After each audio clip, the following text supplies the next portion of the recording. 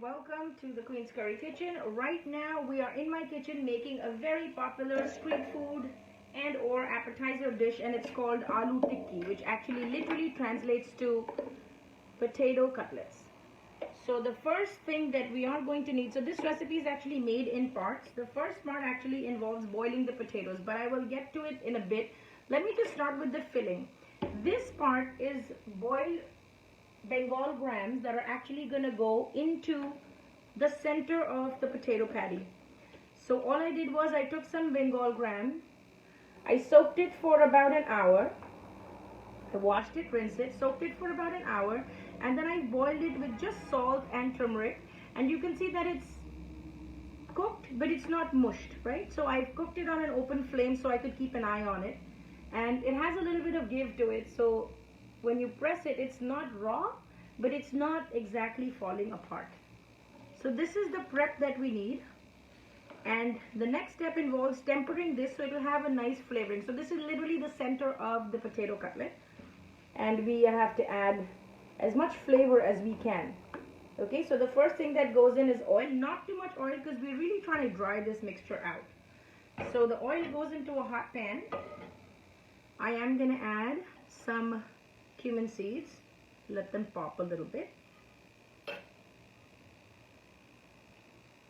I'm just gonna say a quick hello to Elise and Ashfaq, Elise Williams Ashfaq. Welcome to Queen's Curry Kitchen.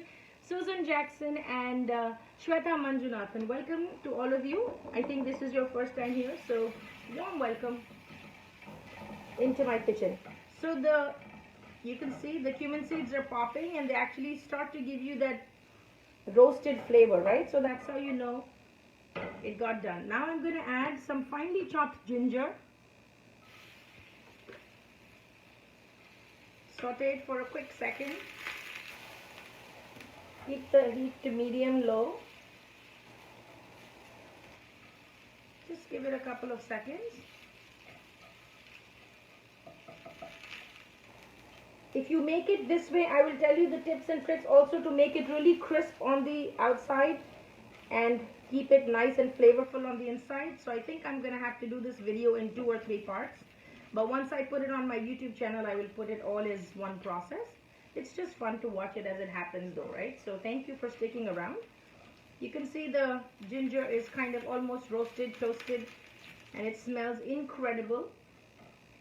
So now I'm going to go in. I've drained out all the water. First of all, I didn't boil it with too much water. I only put enough water to cover the grains of the dal. And I put 2 cloves in here while I was boiling it.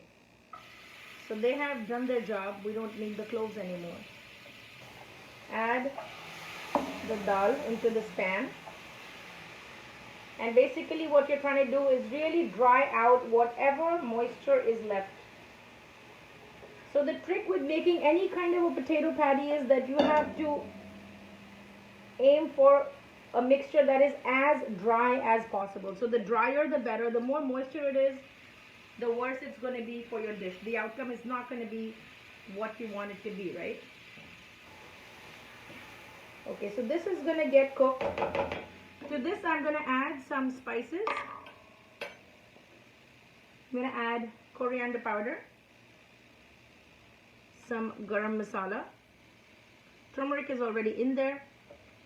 Just a little paprika. If you like green chilies and if you like hot food, by all means you can add green chilies at this point. Like just chop them finely and put them in. A little more garam masala. Give it a good toss. So basically you're just trying to cook it enough so that it's going to be dry. While this is happening, I'm going to jump in and show you what I did with the potatoes, so you'll get a good sense of how this recipe actually comes together. Okay, so I'm making about 12 potato patties, right?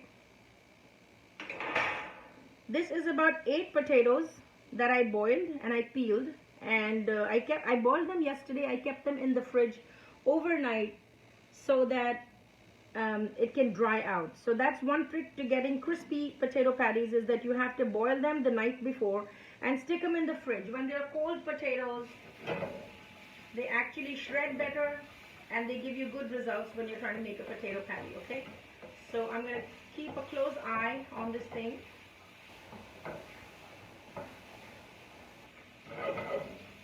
And you'll be able to smell that it smells really aromatic right now.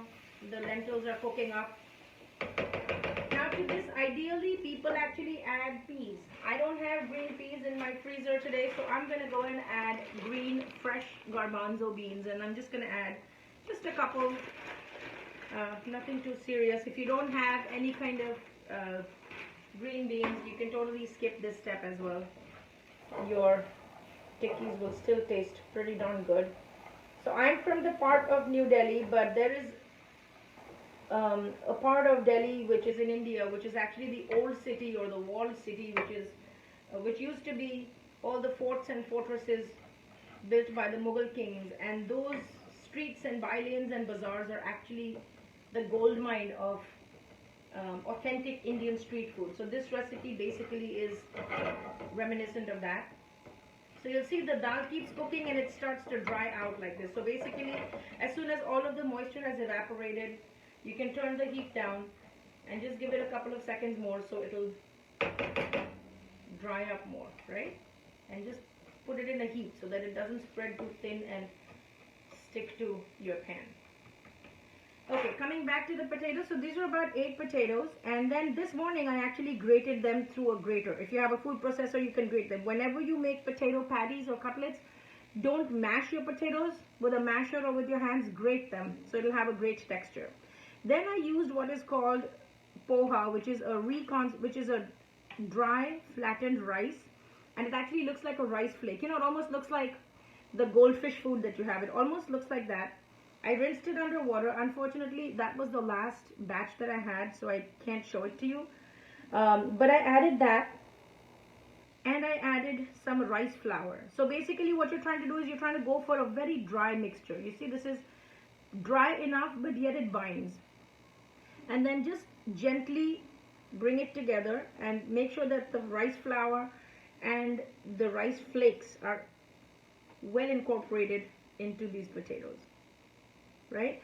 So the 2 steps of this recipe actually constitute mashing this down, and then we're going to go in here, we have to oil our hands really well for this. So we'll actually mash them, knead them really nicely, make them into patties, and then we'll make a hole in the middle, fill in the filling, fold it back up, and then shallow fry them. So that is step number 2, but since we're focusing just on the filling right now, I'm going to move on to the next step.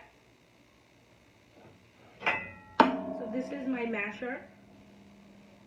Just going to go in and just give it a gentle mash. At this point you can check for seasoning. If you want to add black pepper, it's a really good addition. Also a pinch of clove powder is a very good addition. I just used garam masala, so that kind of pretty much makes up for everything, and I'm not trying to make it too intense in flavor, because all the chutneys that go on top actually give it that oomph. And I'm also going to add a dry mango powder. So that gives it that nice sour kick to it. If you have pomegranate seed powder, you can add that. If you have sumac, you can add that. And if you have nothing, then just add citric acid powder or lemon juice. That works well. Okay, so just give it a gentle mash, and you see how dry this is. So there's really no traces of oil into here. It's pretty dry. And I'm gonna let this mixture cool absolutely completely before I do the filling. So before I combine these things, I'm gonna add some cilantro to this, and I'm gonna let it rest so that it can cool down. And I guess I will have to do another video, another FB Live in a little bit, so you can actually follow me along with the process. In the meantime, I'm going to go ahead and knead the potato mixture, because now I don't need to, I grated it, I've let it rest with the rice flour and the rice flakes. So now is the time to go back and knead the potato mixture. So this is going to rest for a bit, and I will see you real soon in another one. I'm not trying to make this super lengthy, so I guess I'll have to come back with another live. But thank you for being with me. If you liked what you saw, if you'd like to take a class with me, you can sign up at queenscurrykitchen.com. That's the website. For the masala box, other products, the cookbook, it's all there on queenscurrykitchen.com. Definitely check it out. My Instagram handle is @queenscurrykitchen. So if you decide to make anything, definitely feel free to tag me. I will be so proud of you if you did make something based on a recipe that I shared, or just give it your own twist. That would be interesting too. Okay, so I will see you really quickly in another one. Until then, hang in there, have a great weekend, and I will see you real soon in another video. Take good care. Bye.